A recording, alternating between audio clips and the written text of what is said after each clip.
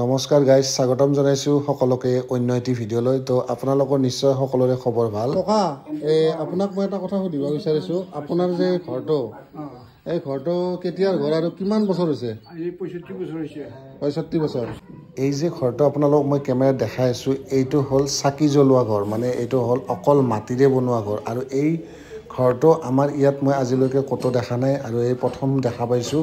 আৰু এইখিনি মাত্ৰ ইয়াতে কাঠ আছে চাৰি চাইডৰ ফ্ৰেমটো, তো বাকী গোটেই মাটি, না ক'ৰবাত চিমেণ্ট আছে না কি আছে, মই লাৰি চাইছোঁ। আৰু এইটো হাকটাডাল মই লগাই দিছোঁ ইয়াতে, তো আপোনালোকে দেখিবলৈ পাইছে। অলপ আগতে ককাই ক'লে যে 65 পৰা 70 বছৰ হৈছে। তো এইটো ঘৰটো মই অলপমান কেমেৰাটো আপোনালোক চাৰিওফালে দেখাই আছোঁ।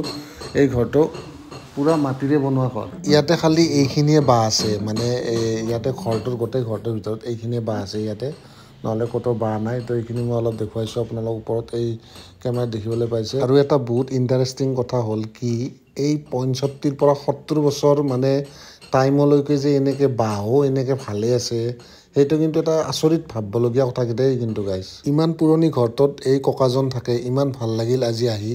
আমি এই ককাজনৰ লগত বহুতখিনিয়ে কথা পাতিলোঁ, পুৰণি কথা কিছুমান সুধিলোঁ, তেখেতেও ক'লে খুব ভাল লাগিলে।